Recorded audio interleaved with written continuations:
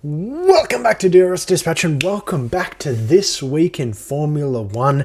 This week is the week of the 4th of March 2026 and it is post the Miami Grand Prix, so we're going to be discussing everything that went on in the Miami Grand Prix. So let's get right into it. So let's start off with the sprint race where McLaren managed to clinch the pole position, and throughout the course of the weekend their car looked considerably stronger, I think, than it did previously. So certainly I think McLaren are headed in the right direction. Though ultimately Antonelli beat them in the Mercedes, certainly I would have said that the McLaren looked the strongest car of the weekend. And yeah, I think McLaren have come a long way over the summer break, which is not surprising to me personally, and I think they've definitely headed in the right direction, though their drivers expressed a little bit of annoyance post the race. I definitely think they're headed in the right direction, and I'll be curious to see how that car continues to kind of advance in future races. As you know, it's only round 4, but let's get into the sprint race with Lando Norris on pole.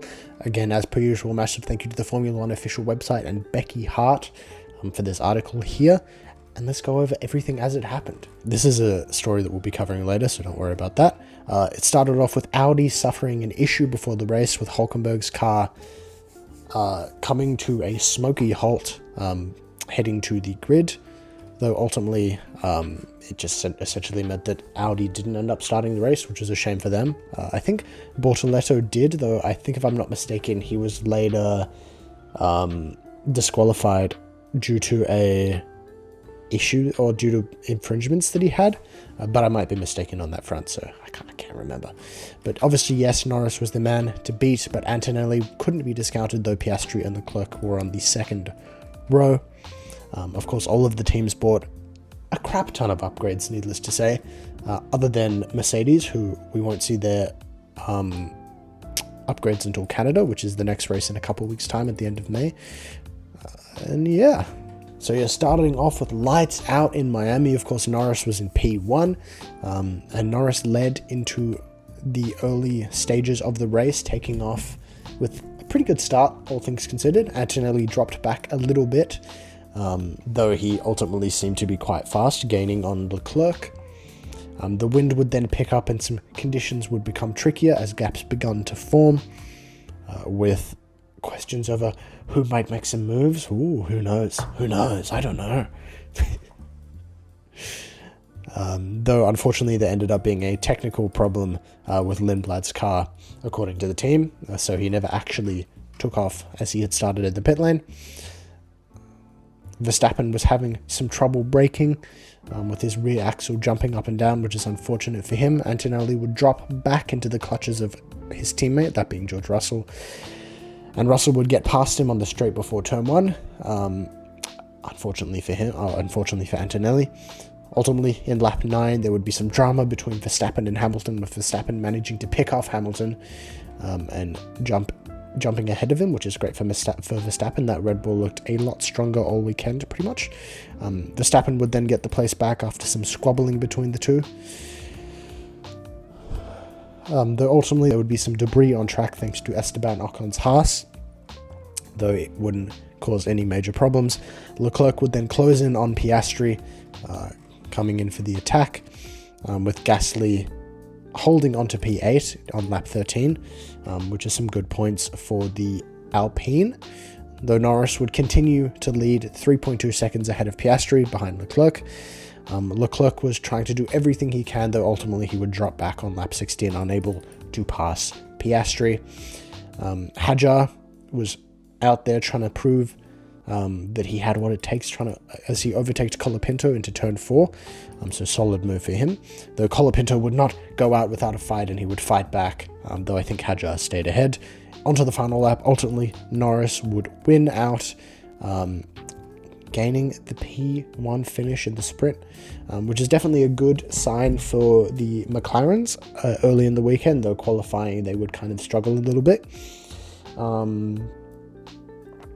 And yeah, overall, a solid sprint race, kind of a little bit of a forgettable one if I'm being honest, though good result for Lando and good result for the McLarens for sure. Unfortunately, as it says here, Antonelli would get a penalty for breaching track limits, and ultimately I think he dropped into P8 from P6.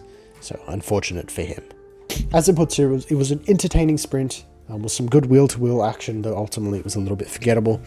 Lots of questions about what was happening at Mercedes, seeming as I think George Russell finished, I think P4 or 5, something like that. Ultimately, it wasn't looking good for them, but it was looking great for the McLarens. With the sprint out of the way, let's move on to the Miami 2026 Formula 1 Grand Prix and everything that happened. Antonelli would start on pole position for him, which is a fantastic result for him, though Russell was seemingly on the back foot. Miami seemed to have everything under control, so not entirely sure what's happening with Russell. We'll discuss that a little bit later once we get into the news, but let's talk about it. So Antonelli ultimately would extend his points lead over Russell by, I think, a little bit under 30 points now, with Russell on 70 something now and Antonelli on 100 points. So yeah, obviously he joins the prestigious club of Michael Schumacher and Ayrton Senna in having gotten his first 3 poles in a row and his first 3 wins in a row. So certainly I think there's a bright future ahead for Antonelli. I think his odds in the championship have increased significantly, though it's still very early in the Formula 1 Grand Prix season this season. And yeah, but great, fantastic result for Antonelli. I mean, it seems like a lot of people's predictions that he's the future of the sport are not unfounded. And certainly I think whilst the quality of the Mercedes is benefiting him, I still think that his pure skill and raw talent are clearly showing here. And yeah, I think there's a bright future for Antonelli. Obviously he's not even 20 yet, so good on the young lad. And yeah, hopefully he continues to extend that lead, because I wish him the best of luck. Ultimately, Antonelli won the race, and we'll continue discussing that race here and everything that went on there. But yeah, good on Antonelli. Massive congrats to him, and fantastic result. It definitely wasn't an easy race for him, with Charles Leclerc and Lando Norris nipping at his heels, though ultimately Lando was not able to overtake him, which was interesting. Unfortunately, also Charles Leclerc dropped into P4, I think, at the end of the race, with Piastri overtaking him on the last lap of the race, which is a fantastic overtake for him, though obviously not the result that he wanted or desired. And yeah, so yeah, obviously McLaren achieved a double podium and sprint success, which shows a lot of positivity for the McLaren team, and certainly I think they're the most improved out of the Ferrari or the Mercedes, with I think Hamilton even saying that he expected more coming into Miami, which I don't think is unreasonable. And certainly I think it's a great result for the McLaren, and I think it's a move in the right direction. I still think the McLaren is a car that will end up being probably the best, if not one of the best this year. And clearly they've still got a long way to go, like a lot of teams, and I'll be curious to see where the Mercedes is sitting in Canada with their upgrade. And if they're, again, that much further ahead than everybody else, I think it's just a case of we'll have to wait and see. But certainly there's a lot of promise with the McLaren, and I think a double podium success, though I think Lando was a little disappointed that he wasn't able to get that win, is still a fantastic result. So massive congrats to the McLaren and Piastri as well, though obviously he had a little bit of a struggle of a weekend, I think it's fair to say. And yeah, certainly they showed a lot of improvements, and I think good fortune for the McLaren team over there, and hopefully they keep pushing hard, because I think there's a lot to be gained for them this year with the amount of talent that they have in their team back in the factory. So yeah, let's talk about Charles Leclerc. I will go into this more in depth a little bit later. Actually, no, why not? We'll cover it now. So Charles Leclerc obviously had a little bit of a clanger of a race, I think it's safe to say, with quite a chaotic race for him. I saw an image online of like somebody doing like a turnpike flip off on a skateboard, and then ultimately landing on like a rake, like a Looney Tunes cartoon where the rake like smacks him in the face.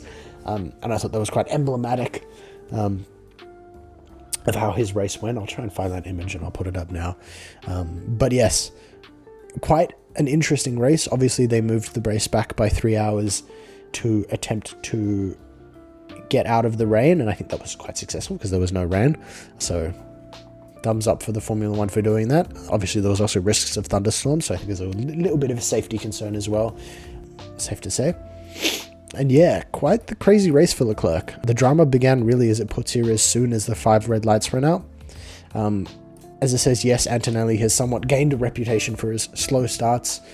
And yeah, Leclerc seemed quite good, zipping ahead with his really good starts, as the Ferraris have been doing, though ultimately he was blocked by Verstappen and Antonelli, who both kind of locked up. Oh, no, sorry, apologies, I'm misremembering.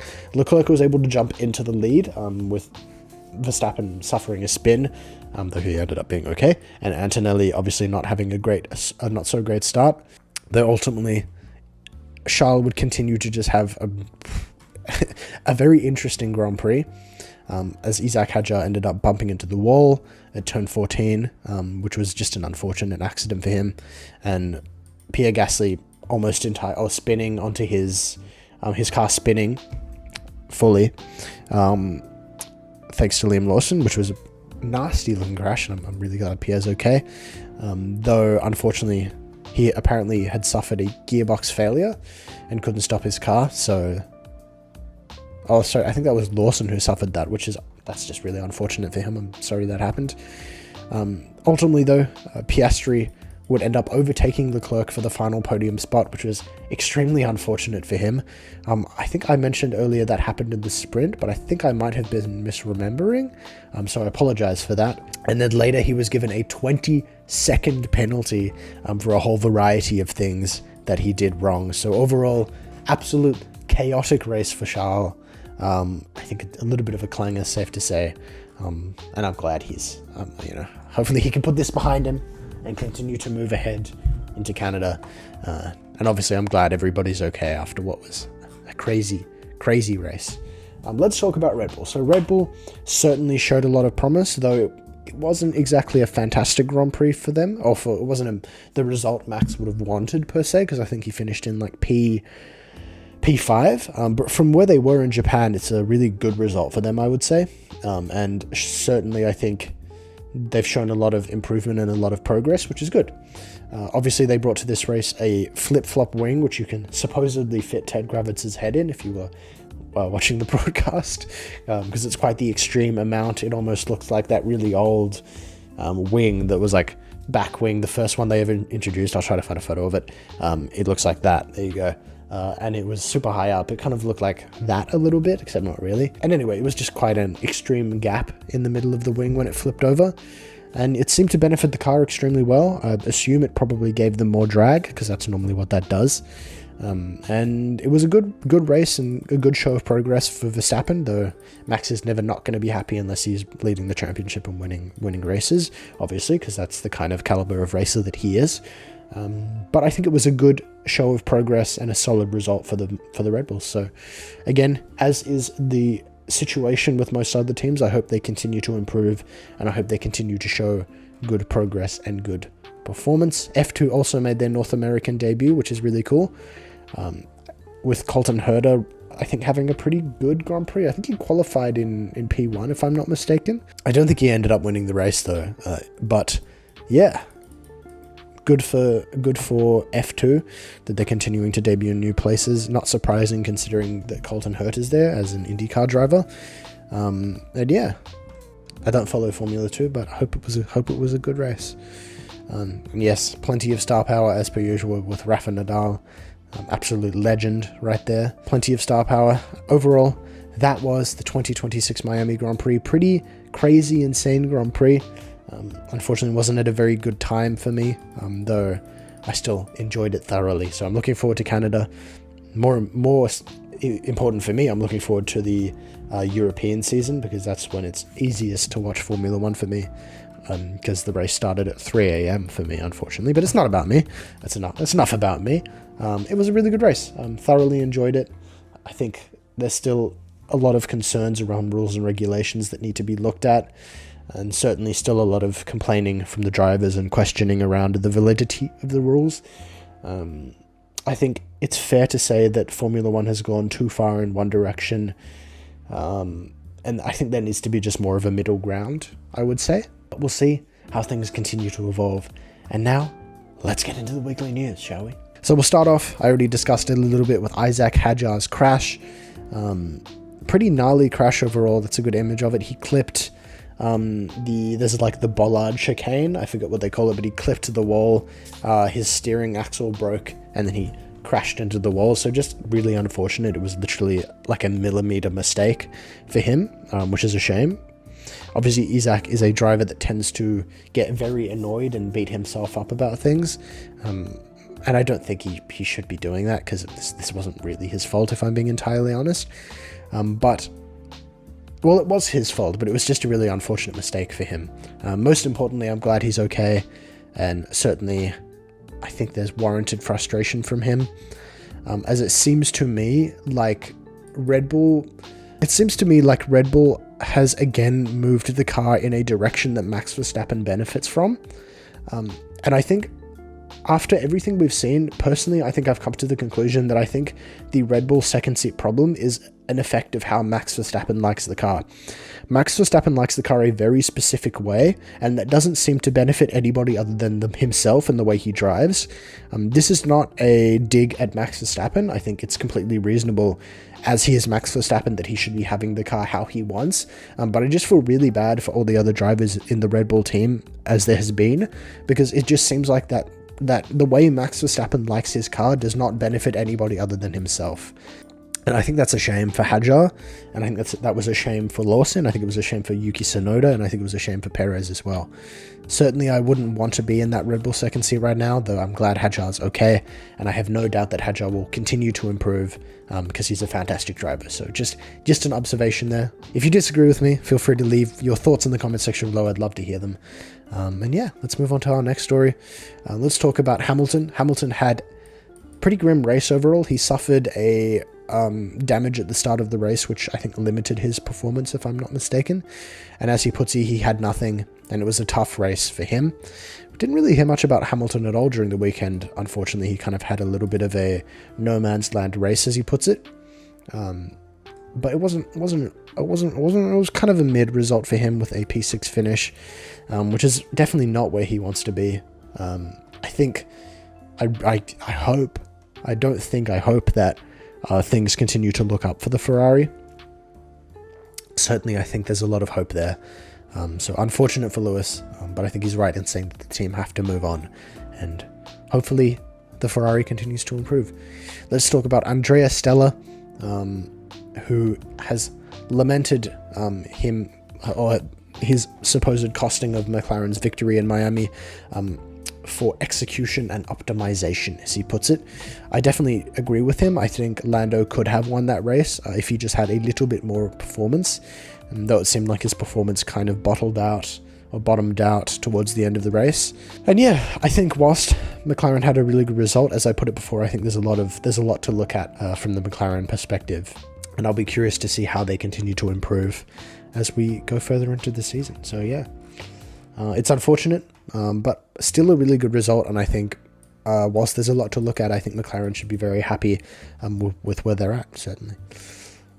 We already talked about this briefly, so I'll cover it again briefly, but Charles Leclerc, again, was penalised with a 20-second drive-through penalty for a whole litany of different things that he supposedly did wrong post race. Interesting observation from David Croft, who's well, I don't need to introduce David Croft is, but that they weren't really penalizing a lot of the races during the race. There was a situation in which Max crossed the red line, but he didn't end up getting penalized for it, which was quite strange, to be honest, considering it's like kind of a cut and dry thing. You know, you either did or you didn't. There's no real room for questioning there. So interesting that they decided to wait for basically all of the penalties that they ended up giving out, same with the sprint race. But yeah, he suffered a whole bunch of different penalties, and he ended up dropping into P8, I think. Yeah, into 8th place. So shame for Charles. I think he should let this Grand Prix go. It is what it is. Bit of a clanger. It happens. Move on. So yeah. Let's also talk about Max Verstappen, who was hit with a penalty for a pit exit breach post the race. Again, another thing that very much could have been penalized during the race, should have been penalized during the race, I would say, because it's kind of a cut and dry thing, as I just said. I'm not sure where he dropped down to, but unfortunate for him that he wasn't penalized during the race, to be honest, because then he could have come back. Yeah, really weird stewarding this weekend. I hope they look at that in the future and just make more decisions in the moment, because I think that's more reasonable, I would say. So yeah, unfortunate for Max and unfortunate for Charles. So yeah.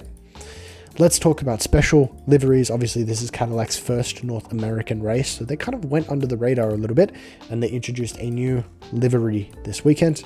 I think Cadillac have been very much going under the radar as a back marker quite heavily. It's not really been much to talk about from them. But yeah, it's a nice, solid special livery. It looks clean. It looks different enough from what they've been doing while still retaining that Cadillac identity. And yeah, I'd probably give it like an 8. Solid. I like the whole stripe thing they've got going on there.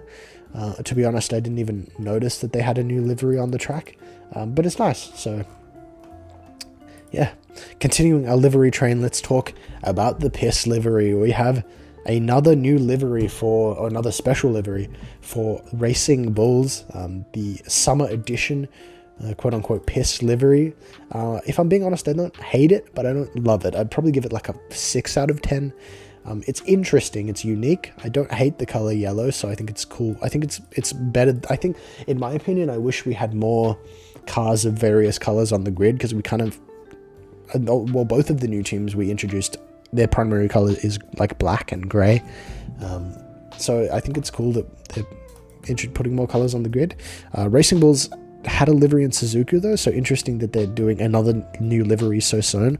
Doesn't feel as special, I would say, but solid livery. So yeah, solid liveries all around.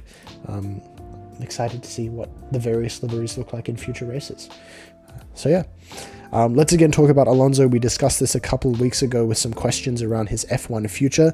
He said a couple of weeks ago that he doesn't think this year will be his final season, but we'll have to see how it goes. Personally, I think he'll retire end of next year, because I think there's a good shot that the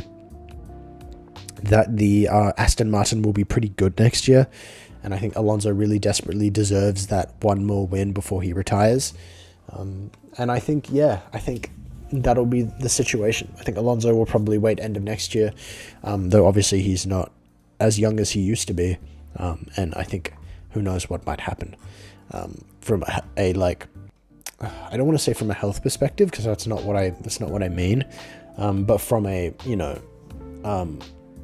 from the perspective of, as you get older, you start to lose kind of, it's just harder to keep up with what Formula One demands. Though obviously Fernando is still a fantastic driver, and I hope we continue to see him into the future. But as he puts it here, he's open to everything regarding his future after a difficult start, and I think at this point in the season it's up in the air. He says he thinks he'll probably wait until after the summer break to make a decision, but yeah, I think it's a case of we'll have to wait and see. Obviously, I hope this isn't his last season. I think there's a solid possibility that it will be, but I still would bet on 2027 being his last season. So we'll see how it goes, but I would love to see Fernando continue to race, and I really, really hope he's able to get that one last win that he sorely deserves. So let's talk about Gianpiero Lambiase leaving Red Bull to go to McLaren in 2028, with Max Verstappen commenting on it as he says it's stupid to stand in his way, which I think is reasonable. As I said previously, I think Max Verstappen is leaving at the end of next year, and that's why GP is moving to a different team. But even if he's not, as Max puts it, I think it's silly to stand in his way. Ultimately, GP has got to do best what he feels is best for his career, and if that is moving to McLaren and moving to a racing engineer role, a racing director role, or a team principal role, apologies, then I hope he's able to do that. Because if that benefits his career, then that's what's best for him. And as Max Verstappen puts it, it would be stupid from his side to try to limit that. But they had a good chat, and yeah, obviously they're good friends and they get along well. So when you get an opportunity like that, I think it's valid that Gianpiero jumps on it. And as Max puts, he's very happy for him, and they're still going to continue to work together next year. So we'll see how it goes. But yeah, obviously all the best for him, and of course Max is going to support him. Of course. Let's let's talk about Franco Colapinto, who had a little show in Buenos Aires. Obviously there was a lot of Argentinian fans at the Miami Grand Prix this weekend, because it's quite close to Argentina, Miami. And yeah, overall, I think he had quite a good weekend, I would say, Franco Colapinto. Definitely his best weekend that he's had possibly ever, with a really good result in the sprint and the Grand Prix. But yeah, he had a nice little showcase event in Buenos Aires, which I think is amazing, in an older looking Alpine. A bunch of old cars, which is really cool. So congrats to Franco. Oh, that's a great shot there. Great shot. Wow, that's a great shot, jeez.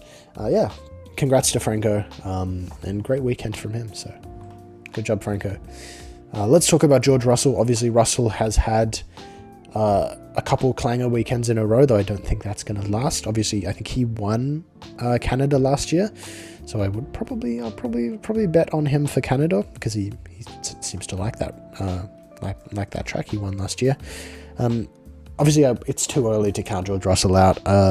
Formula One's quite a fast-moving media space, so a lot of people have been kind of already counting him out, but, the season has only just begun.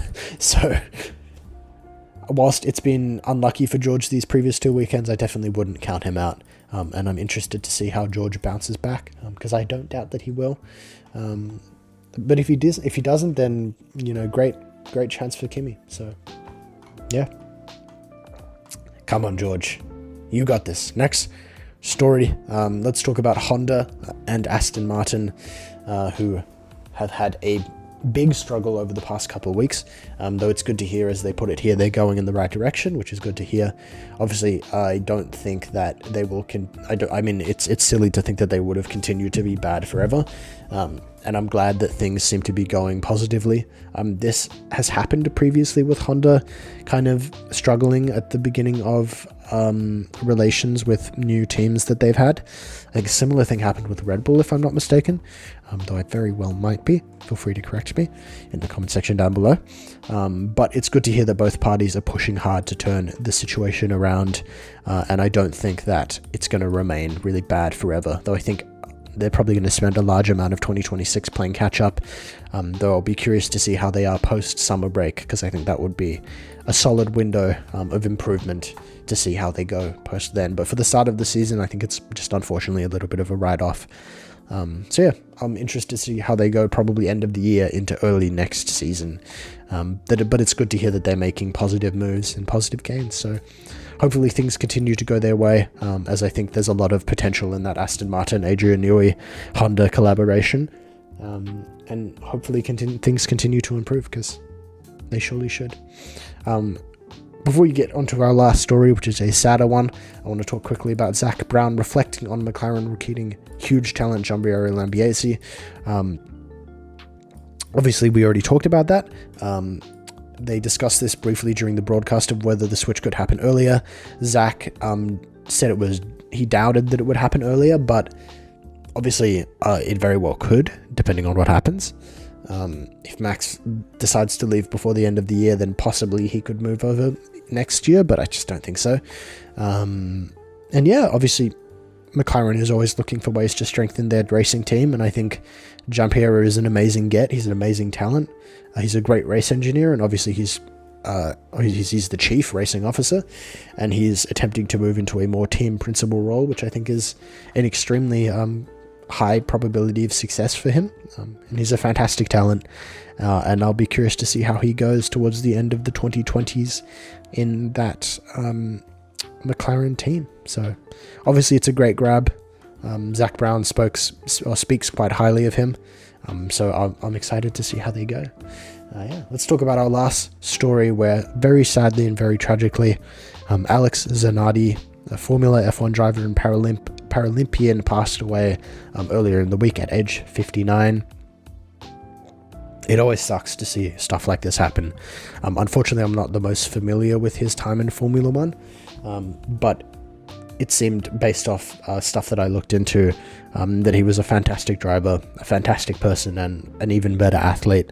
Obviously, he's also a Paralympian, he was a Paralympian, which is extremely impressive. So my heart goes out to the family and everybody affected. So sorry for your loss, really. And I hope everybody affected is doing as well as they can. Loss like this is always really, really, really sad. So it's terrible to see. And I hope that his legacy will continue to live on forever. And yeah, RIP Alex Zanardi. So that was this week in Formula One for the week of the 4th of March, 2026. Thank you guys so much for watching. As per usual, if there's anything you'd like me to cover, make sure to leave it in the comment section down below, and I will cover it next week on This Week in Formula One. Remember to like, subscribe, all that other stuff. I would greatly appreciate it. And yeah, thank you guys so much for watching. I hope you have a great, wonderful day. Stay tuned for I watched all of Formula One, so you don't have to, later in the week, start of the 1951 season. And yeah, thank you guys for watching, and I'll see you next time. Bye for now. Peace.